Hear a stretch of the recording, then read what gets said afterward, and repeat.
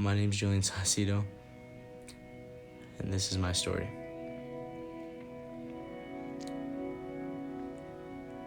When I was 14 years old, I had a very big downfall year. I was a very athletic kid when I was growing up, and I was a very, very driven kid in school and athletics, and I always thought I wanted to do something with athletics when I grew up. And you watch on TV all the time these athletes, and you always want to I don't know if you know when you're younger and you try to act as if you're the guy in the television, and that was me all the time. I would act as if I was the best wide receiver in the world. I would act as if I was the best wrestler. I would act as if I was the best hockey player ever around. I would always act out these things on television. Now, while you're younger, you're gonna come across so many things that you're gonna say that you want to be. You're gonna say so many things. You're gonna say, I want to be the world's best hockey player. I want to be the world's best football player. I want to be the world's strongest man. I want to be the world's fastest man, the world's smartest man. And you're gonna say all those things when you're younger. But the bottom line is, when you get older, you're gonna actually have to choose one of those things. And I tell you that the one thing that's most disappointing when you leave this earth, knowing that you didn't do one thing that you said you wanted to do when you were younger. The biggest fear people have when they leave this earth, the biggest fear people have when they're on their deathbed, is that they didn't achieve at least one thing that they wanted to achieve. And that they leave this earth with regret. You want to leave this earth knowing that you achieved every single thing that you wanted to achieve. You want to leave the biggest bookmark on this earth, and you want people to remember you for what you did with your life. You want people to remember you for the amount of people you helped. You want people to remember you for what you did. You want people to remember you for the lives that you changed. You want people to remember you for the way you changed your life from 0 to 100. I always kept one quote in my head, and it was in a video, and it was Eric Thomas, and he had quoted some guy that had said, if you want to succeed as bad as you want to breathe, then you'll be successful. And I always kept that phrase in my head every time I go to the gym and I look at myself in the mirror and I see me building my body. I always keep my head that if I want to succeed as bad as I want to breathe, then I'll be successful.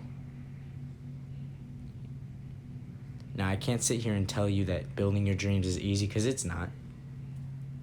I can't sit here and tell you that becoming the world's smartest man, or becoming the world's strongest man, becoming the best football player in the world, becoming the best rugby player in the world, I can't tell you that any of that stuff is easy. But what I can tell you is that it's all achievable.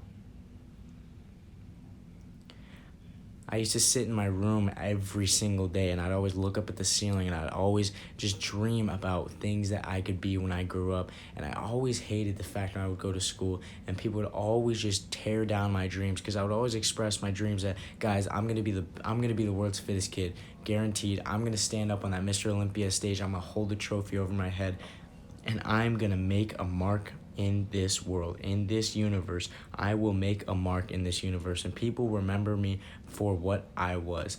And people would make fun of me all the time, because I was standing at 5'2". People would make fun of me all the time because they thought, no way you're going to be able to do that. You're too small. You're too this. There's no way you're going to be able to do any of that. Just give up now before you waste your time. And I would always tell them, like, just see. You just wait, and I will prove you wrong. And you will see that one day you're going to want to be just like me, and you're going to ask me questions on how I did it. And that is exactly what happened. Within 2 years, I made the biggest transformation of my life to my body, the biggest mental transformation. I became mentally tougher, and I accepted failure. Because when you don't accept failure, you're never going to succeed. You must learn to accept failure. You must learn to accept not knowing things. You must learn to accept other people's opinions. You must learn to accept other people's BS that they're going to tell you. Because I'll tell you right now, if you don't learn how to deal with people. Whether it's good or bad things, if you don't learn how to deal with people now, then later on it's only just going to become harder. So you need to learn now, and you need to learn how to use the bad stuff that people might say to you and use that as your fuel in the gym when you're in school. Use that fuel when you're on the football field. I don't care where you use that fuel. Because that's the fuel that's going to push you even more, because look, if you continue to use that, if you continue to listen to those people and just let them put you down every time, let them throw you to the ground every single time, then you will get nowhere in life. But if you're able to adapt and overcome every hardship, if you're able to adapt and overcome everything that they will say to you, all the bad things they will say to you, then you will achieve greatness. You will achieve the world in your hands.